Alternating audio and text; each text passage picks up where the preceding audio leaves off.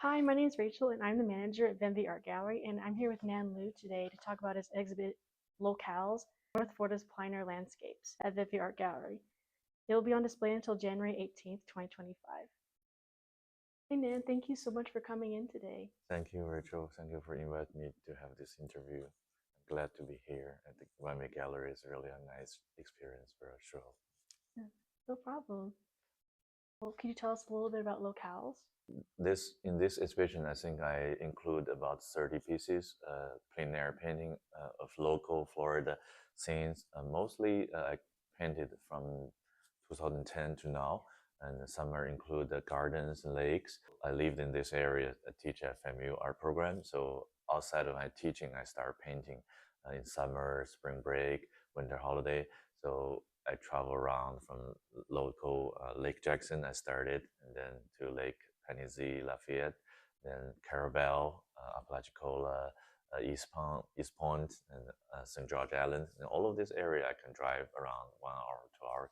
So I try to catch the beauty surrounding me. Nature is an overall theme in your works. What aspects of nature do you convey in your works? In Florida, I think I try to catch the lush color of the landscape, especially the water, the flower and trees. Like the summertime, this summer I paint the lily, the lotus, so beautiful.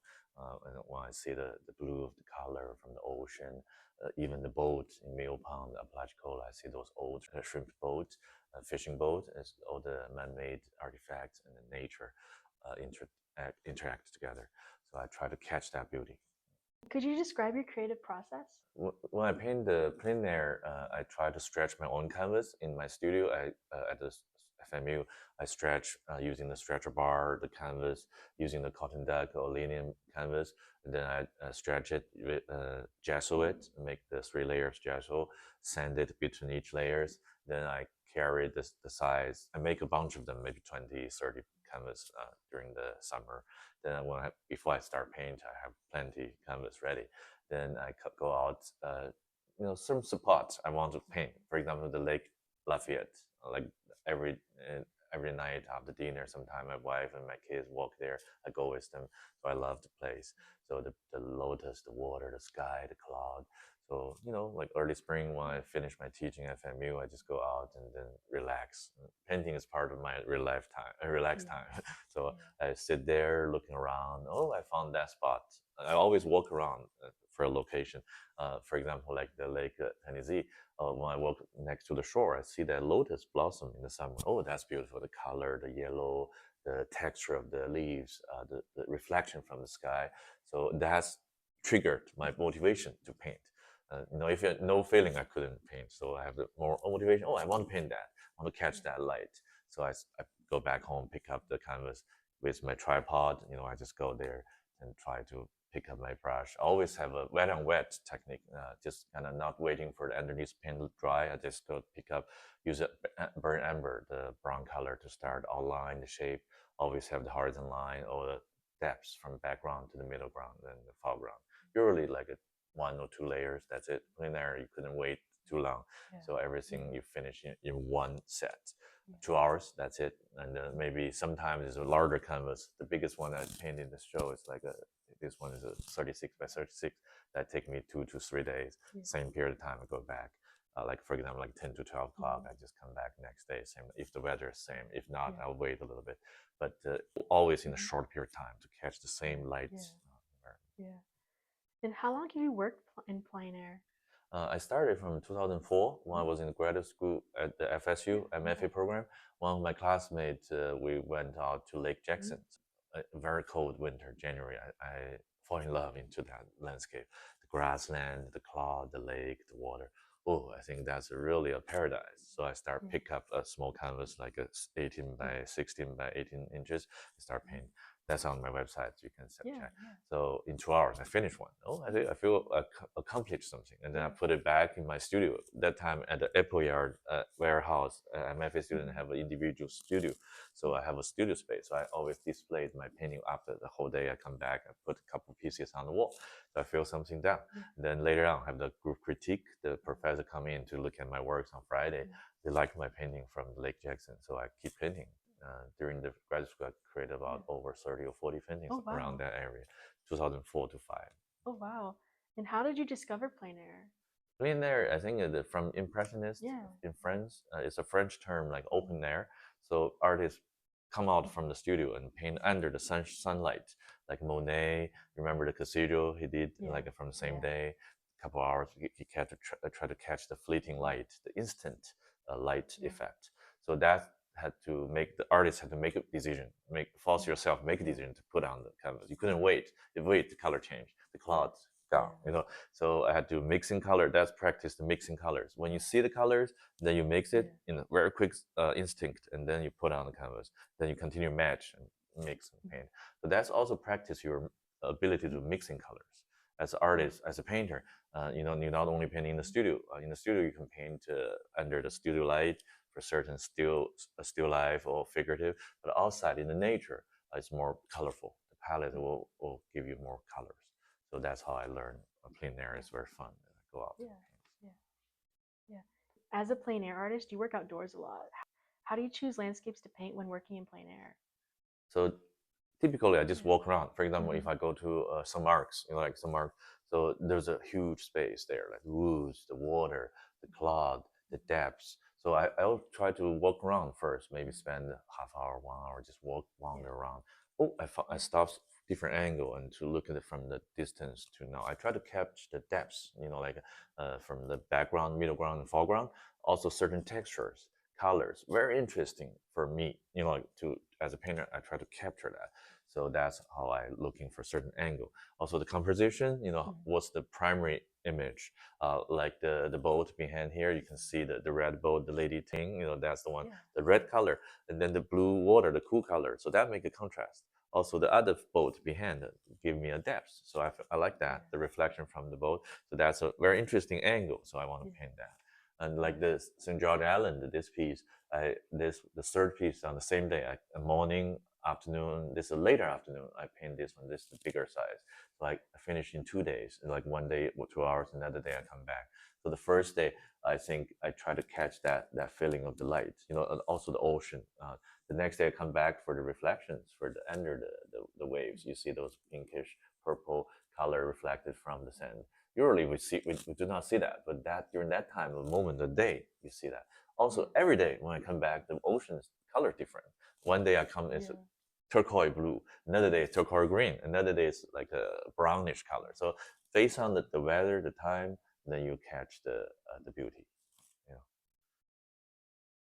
And how do your work showcase a cross-cultural perspective of contemporary America? Landscape is only part of my art creation. Also, I'm a figurative painter. So I teach at FAMU. I paint my students, the African American students on campus.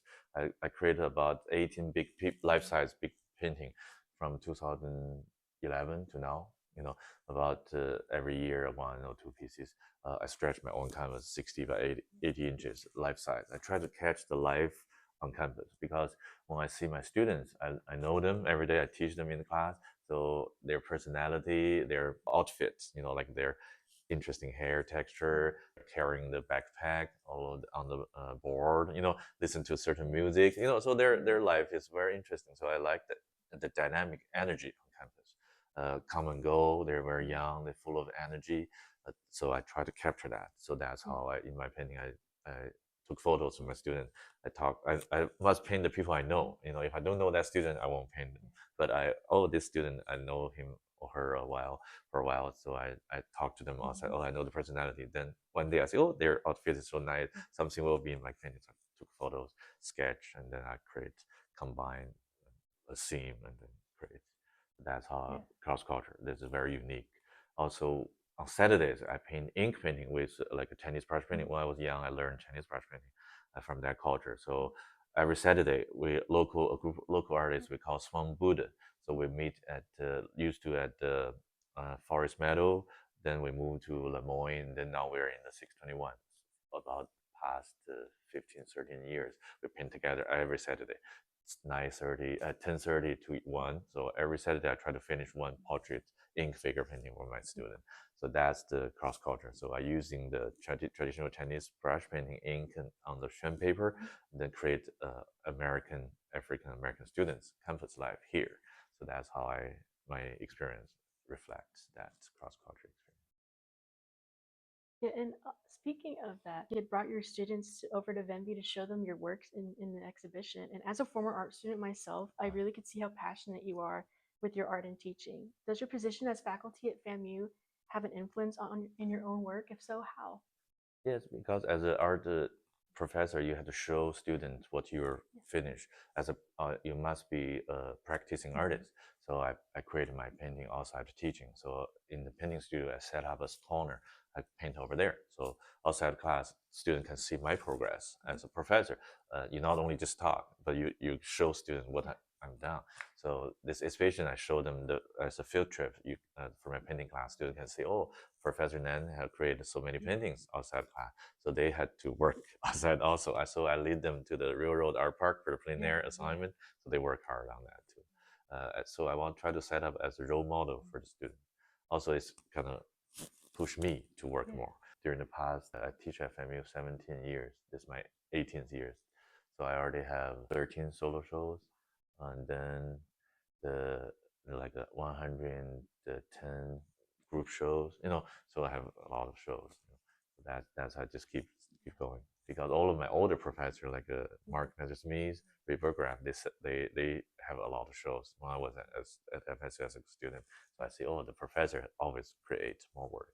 That's how influenced my art. Yeah. And as a professor at FAMU, what advice would you give to students intending on pursuing art as a career? I think art career is really tough, because you not only compete with the artist still alive, but also the artist already passed away. So the old masters, so many artists there. Also in the United States, we have over 4,000 universities. Every year, imagine how many art major students graduate. So I always tell my students, you have to show your ability to confidence if you choose as art major. Future, you might be a professional artist. You display your work in the art gallery. That's one direction you can go. Another direction could be the art educator. You could be a teacher, art teacher, and also you could be an art administrator. Work for the museum gallery field. So whatever field you work in related to the art, you have that confidence. As a studio artist, you had to create enough work. How you make that work, you have to keep working. Working hobby is very important every day. Daily routine. If you love it, you must spend all of the time into it to contribute to this field. Also the confidence comes from your practice. Practice. You had to be for the studio art painting and drawing. It's kind of like a hands-on experience. In the class, I demonstrate how to do this technique, how to show them how to achieve that effect using certain technique. So that technique is based on endless practice. So I have a philosophy: you practice 7 times, you can master it. When I learned English in China, you had to memorize 7 times. I can catch it, but you forget and then you continue. So over 7 times, you should achieve the goal. If you still haven't got it, that means you're not really, spend the time and then, but repeat practice. So that's how. Also, art career future. Today, there are more venue like designer, like interior design, commercial design, all related to art. But you learn what you in the class from your teacher or from other classmates. So try to absorb as much as possible. After the undergrad school, you can continue graduate school. Also, graduate school is another venue. You continue to get an MA or MFA or PhD in certain field. So this all will help you for your future art-related career. Thank you so much. It was such a pleasure talking with you today. To learn more about past exhibits like locales and upcoming shows, check out our website at www.venviartgallery.com and click on the Shows tab. From there, you'll be able to see information regarding both upcoming and past exhibitions. As locales is a past exhibition, you'll be able to see the installation images and the press release from the show. Venvi Art Gallery is open Tuesdays through Saturdays from 12:30 to 5:30 p.m. Thank you for watching.